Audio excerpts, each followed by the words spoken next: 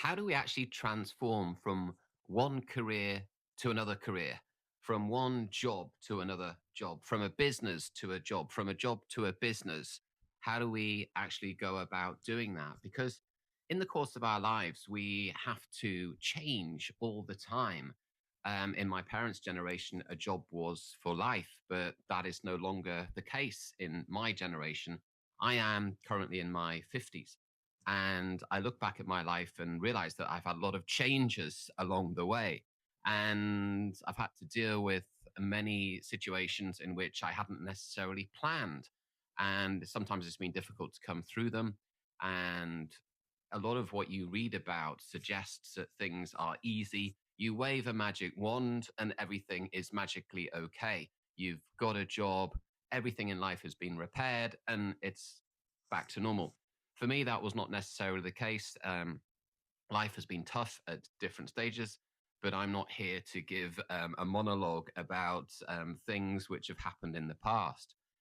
What I would like to talk about is transformation and how we actually go about transforming ourselves from one thing to another. And in fact, is it even possible to transform from one thing to another? So, I just want to talk a little bit about my own personal transformation, if indeed you can call it a transformation, how I transformed into teaching in my 40s. Originally, in my 30s, I guess, I was running a business in Hong Kong. And I ran that business for around about 12 years. It was a small manufacturing business. We manufactured products for overseas companies in China, and we manufactured all sorts of new items and we exported all over the world. And we predominantly, well, we manufactured only really in stainless steel. Therein lies my biggest mistake. But our business was successful for a number of years. We had a lot of good, solid accounts around the world, and business was going really well. But like everything in life, nothing can ever be taken for granted, whether it's a business, whether it's a job, whatever it is. There is always change afoot that sometimes you just can't plan for. It could be something in the environment. It could be some sort of political influence. It could be something in your personal life. It could be any number of things which just suddenly come and hit you out of the blue. And you have to respond to that because in life, we have to keep going. We have to keep providing for ourselves. We have to keep providing for our families. We can't just crawl up into a ball and literally die. We have to keep going, but it's very difficult. It's not easy to keep going. How do we go about doing that? And I had one of these moments myself in my business in Hong Kong. And I remember the main catalyst for all of this change was the price of the stainless steel in China changed. It skyrocketed, which meant that all of our products effectively became too expensive for our customers around the world. Now, many people could have said to me at the time, oh, well, if the product is stainless steel and it's too expensive, simply change your product to plastic or wood or some other material so that you can bring your prices down and your product is competitive once again. And that was an option for me. However, I had built my entire business network off manufacturing stainless steel products, and all of my good, solid, long term partners were stainless steel factories, stainless steel manufacturers. And for me to take the products that I manufactured with them, I was perfectly within my rights to do that and manufacture with another supplier in another material for me was sacrilege. It was tantamount to destroying the relationships that I'd already made, and starting off with new suppliers. And I just didn't feel that I wanted to do that. And that was a major decision, which obviously led to my downfall later, our business downfall later. But it's one that I'm still comfortable with today because I never, in fact, copied my own products or copied my manufacturer's products with another supplier because I didn't feel that that was really the right thing to do. That was a show of disloyalty, and I wasn't prepared to go there. But all this left me in a rather difficult position. And I remember one afternoon sat in my office in Fotan, which in fact was a warehouse office. So we stored boxes and boxes of products, and also we had a little showroom there, and we had our desks where we used to work. And I remember sat there one day thinking to myself, this is all coming to an end. And what the do I do? What do I do? I have spent the last 12 years of my life building up this business, which has been successful. But over the last year or two, things have slowly ebbed away from me, and I cannot claw it back without doing something that I really don't want to do. And I could see literally the writing on the wall as I was sat in that office there. The business was failing. Sooner or later, it was going to fail. I could probably chart a date in future in which I would run out of money and the business would fail. But if I let things carry on without addressing it, then I would end up not being able to pay my bills. I wouldn't be able to pay my manufacturers, and I wouldn't be able to pay the rent on the office. I wouldn't be able to pay wages. So it went on. And I knew that despite my best efforts, I couldn't get out of this situation. What do I do? What do I do? So I needed to have some form of transformation. Where do I go from here? I was in my 40s, my business was failing, and I still had a young family which I needed to provide for. And I really had no idea what to do at all. I didn't want to work for another company.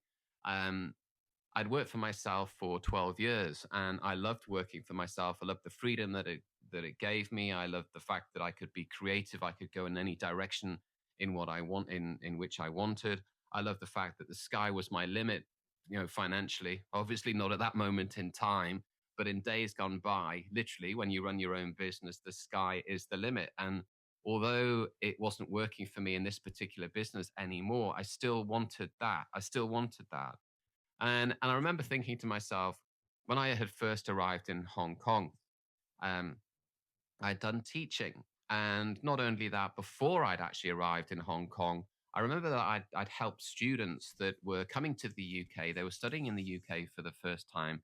They were very unsure of their English, spoken English, so certain words they weren't quite sure how to use them. They wanted their assignments checked over. They just lacked in confidence when it came to English. And I helped them. And I really enjoyed helping them. I didn't charge anything for my services at all because I felt that they were in my country. I wanted them to succeed. A lot of these international students that became my really good friends had a lot riding on their studies. They had families back at home that were banking on them succeeding in their studies and then going on to get a good job. And I felt that I could help them do that. The only thing holding them back was their grasp of the language. They were incredibly intelligent people, and I felt that I could help them. And I did help them, and I got a tremendous sense of enjoyment. It wasn't anything to do with money or anything like that. It was just a real sense of satisfaction from helping somebody else succeed. So I had that feeling when I was younger, when I was a student. And I had that feeling again when I first came to Hong Kong. One or two people asked me to help them with their English, and I did that. Again, I didn't charge for that at all. And I remember sat in my office in Fotan with literally everything crumbling around me, not knowing what on earth to do with my life in my 40s. What on earth do I do? And I remember thinking to myself, do you know what? Just to sort of take my mind off all of this, I'm going to maybe do a little bit of teaching. I'd seen some tutors advertising in the windows of supermarkets on notice boards and things. And I thought, you know what? I'm going to write an advertisement, put it into the window of a supermarket.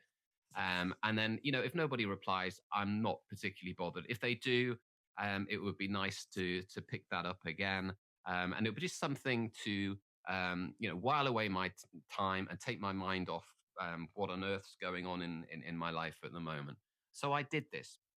And I remember pretty quickly getting a message from somebody who was a teacher, funnily enough, a local English teacher in Hong Kong. And they were a little bit uncertain about how to use the language in certain situations, in conversational settings in particular, and also what certain native expressions meant. So I met them in Starbucks, I remember, and we scheduled to do like a 1 hour session. And I still had that mentality that I'd always had from years ago, whereby I literally just wanted to help this person. And I remember charging what the going rate was at that particular time. I can't even remember. I didn't even care what the rate was. It was just so incredibly nice to meet somebody over a cup of coffee, talk about my native language, and help them. And 1 hour, in fact, turned into 2 hours, which obviously, from a business perspective, is completely the wrong thing for me to be doing. But I just charged for 1 hour and it turned into 2 hours. And I really, really thoroughly enjoyed it. And we set a time for the following week. And this turned into a weekly occurrence. And every week, 1 hour would turn into 2 hours. And I was quite comfortable with that. I was quite comfortable with that. I still don't to this day regret that at all. And all the time, I was going back to my office in Fotan, and I was racking my head, thinking, what on earth what I do now with my life? Do I apply for jobs in other companies? No, I can't do that. I don't want to do that. I don't want to work for another person again in the entirety of my life. I can't do that. That was my strength of feeling. Do I start another business?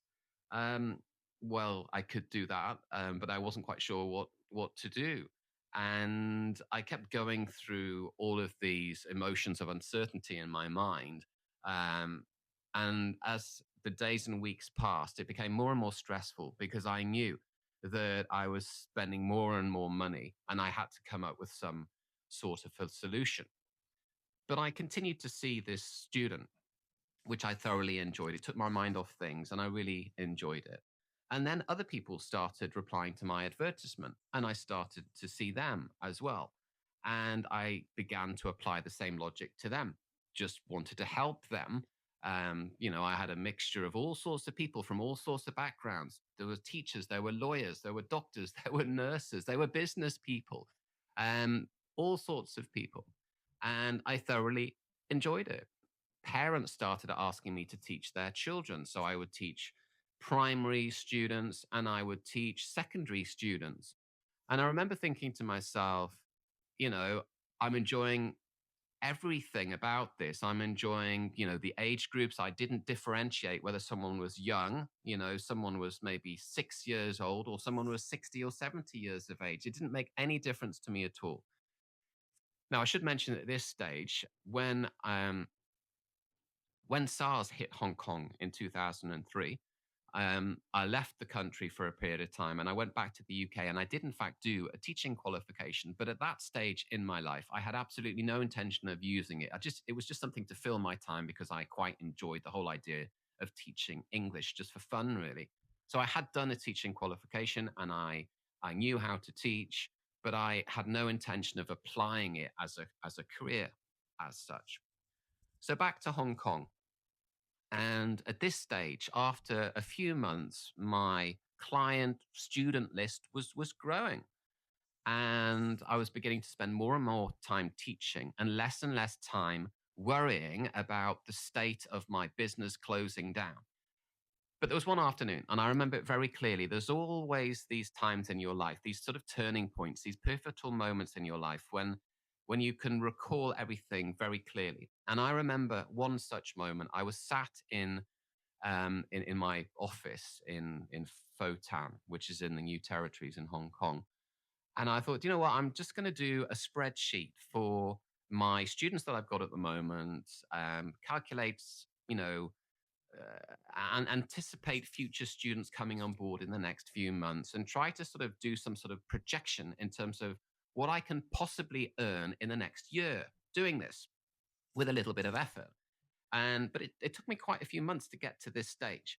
And I realized suddenly, after I worked out all of the figures and the potential for what I was doing, that I could earn far more money than I could possibly have ever earned doing the business that I was already doing. And it was less risk.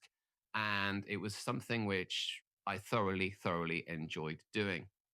And it was this sort of moment of realization. And a lot of people would say to me, well, I don't understand why you didn't do this sooner. In fact, I don't know why you didn't do this as soon as you went to Hong Kong, because you're naturally very good at doing that. You clearly enjoy it. And, why did you, go and do another business? So it was clear to a lot of other people that this is something that I should have done from a, from a much earlier time, but I decided not to do that. So I put everything into to tutoring. And I would go to coffee shops to teach people. I would go to people's houses, a lot of people's houses. I would go to companies to teach. And people would come to my house. In fact, I wouldn't discriminate. I would go anywhere and teach anybody. And I loved it. And one thing led to another.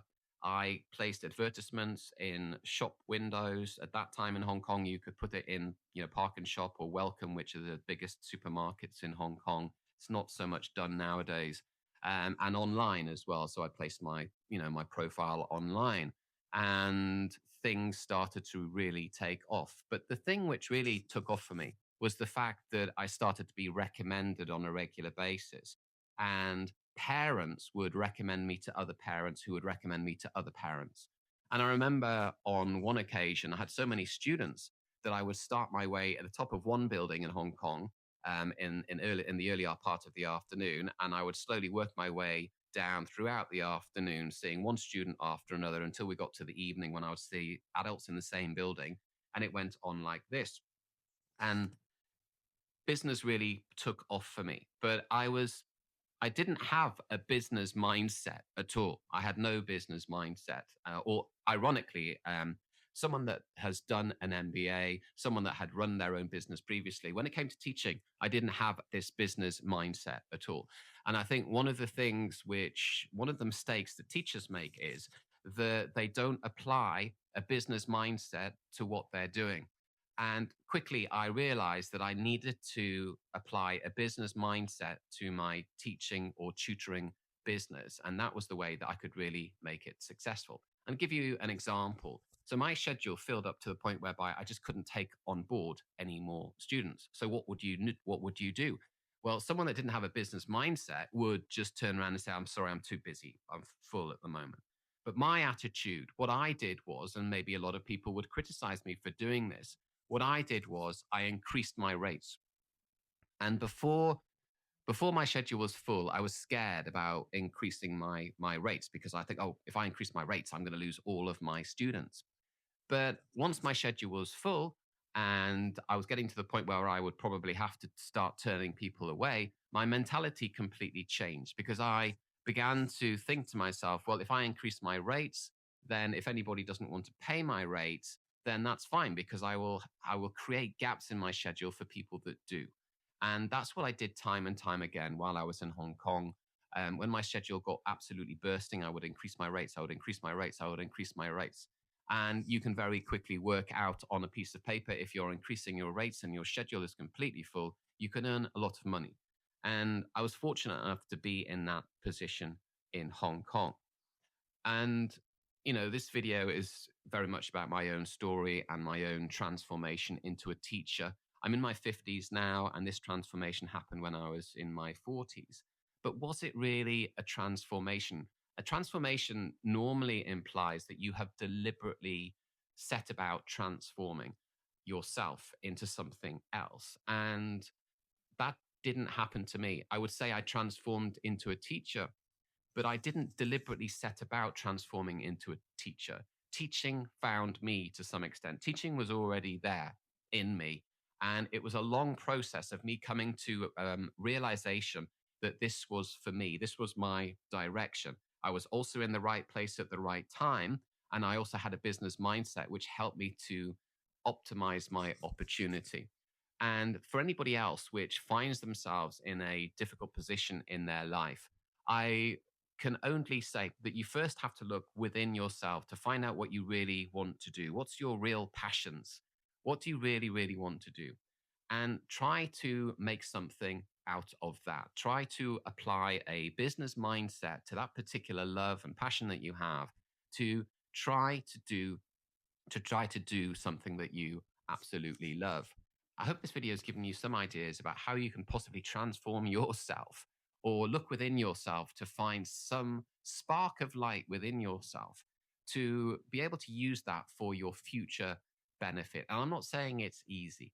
And I'm not saying you have to run your own business. That spark of light could be made brighter in another company. You could work in another company doing exactly what you love. But for me, that spark was made brighter working for myself. It gave me the freedom to make all of the choices that I wanted to make myself, doing something which I passionately loved.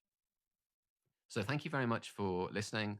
If my words have helped you in any way, please let me know in the comments below. I would love to know your transformational story. Has it been a transformation? Have you had something which has been thrust upon you in your life and you thought to yourself, how on earth do I deal with this situation? What do I do to get myself out of it?